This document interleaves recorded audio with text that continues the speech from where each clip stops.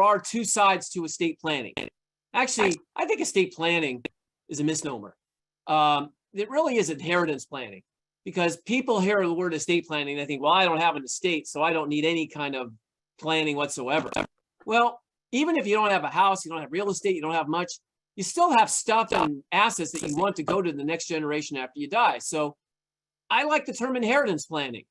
You know, everybody needs inheritance planning, but it's kind of like insurance. Everybody needs, insurance, whether it's healthcare insurance or life insurance, whatever, but not everybody has it. So I liken estate inheritance planning to that, but so I try to broaden the concept. And in inheritance planning, there's two sides to it, which you've already alluded to. You've said that the first four are non-technical. The way I phrase that is that's the family side, the human side. The estate tax one, the fifth one, that's the money side. The money, and saving estate taxes is the money side. Avoiding probate is the money side. And as my dad said, hey, a monkey can do that stuff. It just, push a few buttons, you come up with some plans to do just that. Reduce, avoid probate, save estate taxes, fine. It's still an important part. But I consider myself a student of my father. My father was the one who said, it really is the family side that becomes more important, just as important as the money side. And I already alluded to it, Bill, but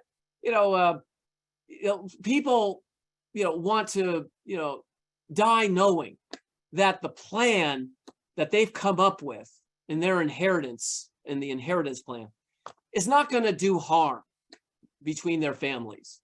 I mean, maybe their kids are already estranged, maybe they don't talk to each other. But in most situations, the kids are friendly. They chat, they talk, they get together maybe for Thanksgiving, Christmas, and all is well.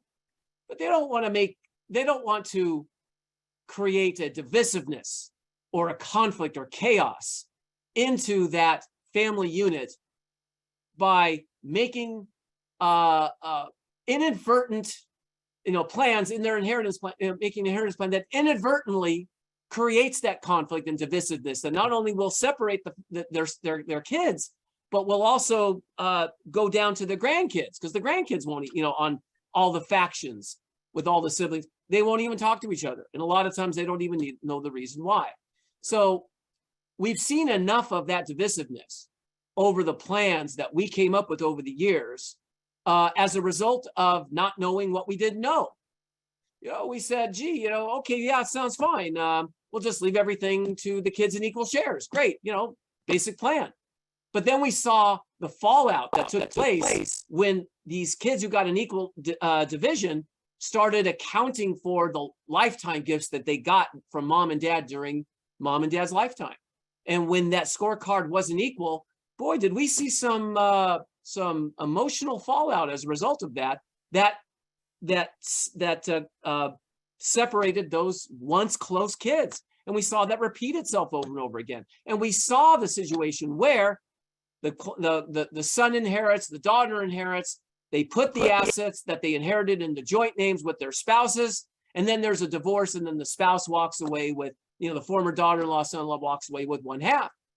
Or as I mentioned, if son, loves his wife, puts his name on to the inherited assets jointly, and then son dies, it all goes to the wife, she remarries, and it ends up with the kids of her second husband.